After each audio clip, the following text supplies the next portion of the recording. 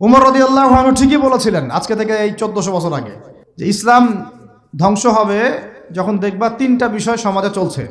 এক, দল্লাতুল আলেম, আলেমরা যখন পথভ্রষ্ট হয়ে যাবে তখন সমাজে ইসলাম ধ্বংস হয়ে যাবে।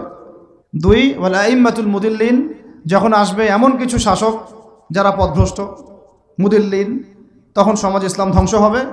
আর ওয়াল মুনাফিকিন ফি জিদারি কিতাবিল্লাহ, যে মুনাফেকরা যখন আল্লাহর কিতাব নিয়ে বাকবিতনটা করবে, মুনাফেকরাই বাকবিতনটা করবে যে আমরাই বেশি বুঝি ইসলাম, তোমরা বোঝো না।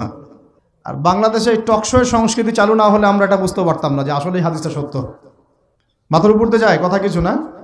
কোরআন ঘরে আসে, আমরা তেলাওয়াত করি না। নামাজের আজান কানে আসে, নামাজে যাই না। শেষ রাত্রে আল্লাহ পাক প্রথম আসমানে নেমে আসেন, কিভাবে নেমে আসেন আমরা জানি না, ওইটার কাইফিয়ত ব্যাখ্যা করার আমাদের দরকারও নাই। আল্লাহ পাক বলেছেন বাস ঈমান রাখি। এবং আল্লাহ পাক আহ্বান করতে থাকেন, কে আছো আমার কাছে কিছু চাইবা আমি তোমাকে দিব, সুবহানাল্লাহ। কে আছো আমাকে ডাকবা আমি তোমার ডাকে সাড়া দিব, কে আছো আমার কাছে ক্ষমা চাইবা আমি ক্ষমা করে দিব।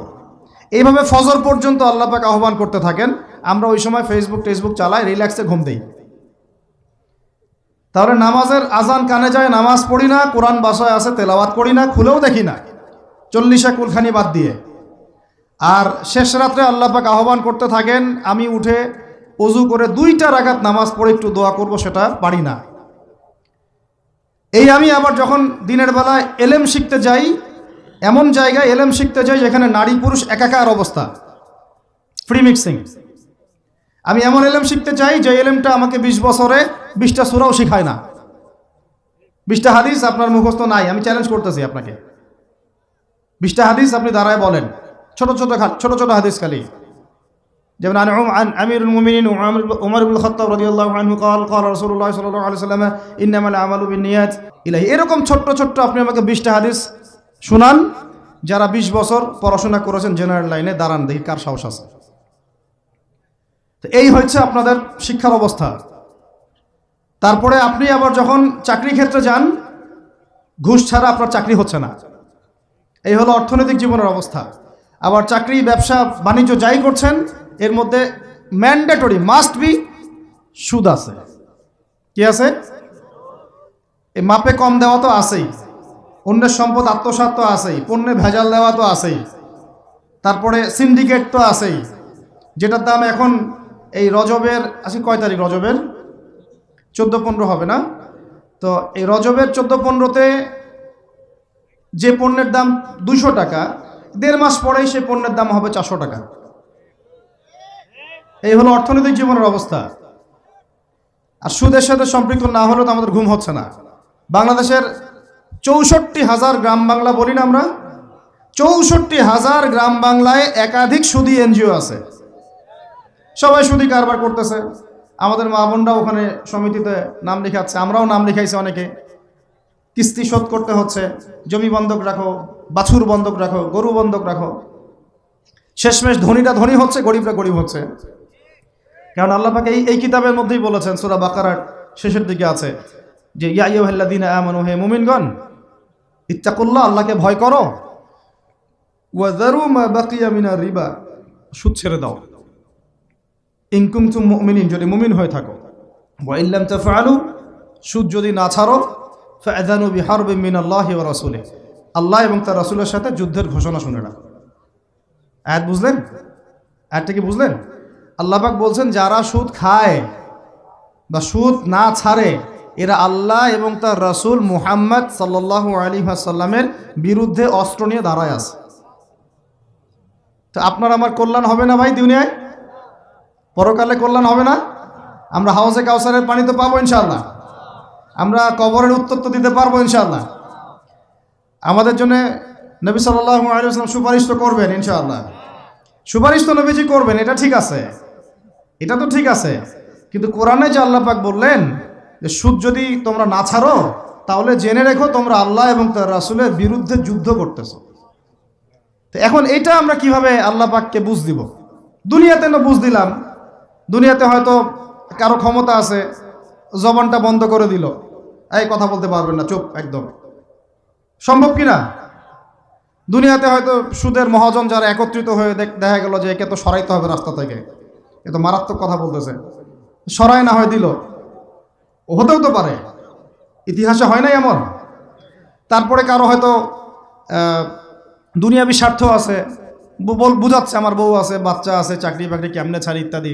তো সব না হয় বুঝলাম, আল্লাহ পাকের সামনে আপনি এখন কি বুঝটা দিবেন?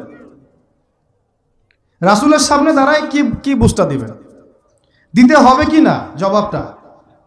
আজ হোক আর কাল হোক দিতে হবে কি না? পরকালে যেতে হবে তো নাকি? তো তাই যদি হয়, এটা যদি আমাদের ফাইনাল ডেস্টিনেশন হয়, চূড়ান্ত গন্তব্য হয়, তাহলে কোন ব্যক্তি বুদ্ধিমান, যে দুনিয়াতে সংশোধিত হয় সে, নাকি পরকালে যে ব্যক্তি অপেক্ষায় বসে থাকে সে? এখন এই সংশোধনের দিকে যদি আমরা দাওয়াত দিই, আমরা কি মৌলবাদী হয়ে যাব? সমাজের শত্রু হয়ে যাব? দেশ ও জাতির শত্রু হয়ে যাব? সুদী কারবার ছাড়া অর্থনৈতিক বিষয় কি চালানো সম্ভব না? হ্যাঁ, যখন এই সুদী ব্যাংকিং সিস্টেম, ওয়ার্ল্ড ব্যাংকেরটা তো 1995-এর দিকে আসছে। তারও আগে ছিল ওই যে ব্রিটেনের দি ব্যাংক অফ ব্রিটেন, যেটা প্রথমে ছিল, প্রথমের দিকে আর কি। ও সারা বিশ্বকে শাসন করতে এক সময়। তার আগে করেছে জার্মানি, তারপরেও আসছে ও। এই পশ্চিমাদের দৌরত্ব ফরাসি বিপ্লবের পরে। তো ওয়ার্ল্ড ব্যাংক আসছে 1995-এর দিকে, 45-এর পরে। এর আগে মুসলমানরা বিশ্ব শাসন করে নাই? 4 খলিফা করেন নাই? উমাইয়ারা, আব্বাসীয়রা, ফাতেমেরা, মোগলরা, তুর্কিরা, ওসমানীয়রা, তারা কি বিশ্ব শাসন করে নাই? তো তখন কি সুদ দিয়ে পুরো বিশ্বের অর্থনীতি পরিচালিত হয়েছে? বিকল্প কোনো ব্যবস্থা কি কোরআন এবং হাদিসে নাই? তো যদি সেটা থাকে, আর আমরা যদি এটাকে পাশ কাটায় যাই, গিয়ে পশ্চিমাদের এই অর্থনীতি যদি আমরা গ্রহণ করি, সেভাবে জীবনযাপন করতে থাকি, তো আল্লাহর সামনে কি ভাই আমাদেরকে দাঁড়াতে হবে না? আল্লাহ পাক আমাদের সবাইকে যেন কথাগুলো মন দিয়ে বোঝার তৌফিক দান করে। এখন যদি পুরো সিস্টেমটা আমরা চেঞ্জ করতে না পারি, ওই ক্ষমতা আমাদের নাই মনে করেন, দেন ব্যক্তি জীবন থেকে সুদ দূর করা যাবে না? আমাকে কি রাষ্ট্র প্রশাসন একদম সুদ না খাইলে অ্যারেস্ট করে নিয়ে যাবে? আমি যদি বলি আমি সুদ খাবো না, সুদভিত্তিক ব্যাংকিং সিস্টেমে আমি ডিলিংস করব না, অ্যাকাউন্ট থাকতে পারে আপনার, কিন্তু আপনি ডিলিংস করতেছেন না, ঠিক আছে? সুদের টাকা যদি আসেও ওটা আপনি ছেড়ে দিচ্ছেন, নিচ্ছেন না, এবং সুদী এনজিও কারবার এগুলোর সাথে আপনি যুক্ত হচ্ছেন না, তো আপনাকে কি অ্যারেস্ট করে নিয়ে যাওয়া হবে জেলখানায়? কেন খাচ্ছিস না বলেন, নিয়ে যাওয়া হবে? এখনো ওই রকম দুঃসাহস দেখানোর মতো লোক বাংলাদেশে আসে নাই যে আপনি সুদ না খাইলে আপনাকে জোর করে ধরে নিয়ে যাবে। আছে এরকম কেউ? কখনো করবে না তারা এই কাজটা, ইনশাআল্লাহ। আর যদি করে তাহলে তো আল্লাহর গজব নেমে আসবে। তো এখন তাহলে সুদ খাচ্ছে কে? আপনি, আমি, নিজেই। কে খাচ্ছে তাহলে? আমরা নিজেরাই খাচ্ছি। হয় আমি খাচ্ছি, না হলে আপনি খাচ্ছেন, না হলে আপনার স্ত্রী খাচ্ছে, না হলে আপনার বাবা খাচ্ছে। অতএব সুদের মধ্য দিয়ে আমরা আল্লাহ এবং তার রাসূলের সাথে সরাসরি যুদ্ধ করতেছি। বদরের যুদ্ধে কি আবু জাহেলরা পরাজিত হয় নাই? উহুদের যুদ্ধে, খন্দকের যুদ্ধে, মুতা, ইয়ারমুকে, এই শতাব্দীর পর শতাব্দী আল্লাহ এবং তার রাসূলের বিরুদ্ধে যারা দাঁড়াইছে, তারা কি কখনো টিকতে পারছে? আজকে পশ্চিমারা সারা বিশ্বকে এভাবে সুদখোর বানিয়ে দিয়েছে, আর প্রত্যেকটা মুসলিম কান্ট্রি এর খপ্পরে পড়ে গেছে, বের হতে পারতেছে না। বের হওয়ার জন্য শুধু একটা জিনিস দরকার, একটা জিনিস, সেটা হচ্ছে আল্লাহ এবং তার রাসূলের প্রতি পরিপূর্ণ বিশ্বাস, ঈমান। এইটা আমাদের অর্জন হয় নাই, এটাই সত্য কথা। অর্জন যদি হতো তাহলে আমরা বিকল্প চিন্তা করতে পারতাম।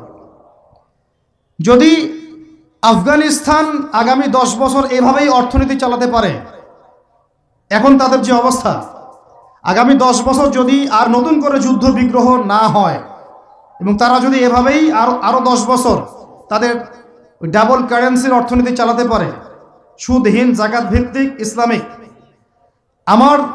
আমাদের বিশ্বাস আগামী 10 বছরে দেখবেন তারা মার্কিন ডলারের উপরে আধিপত্য বিস্তার করেছে ইনশাআল্লাহ।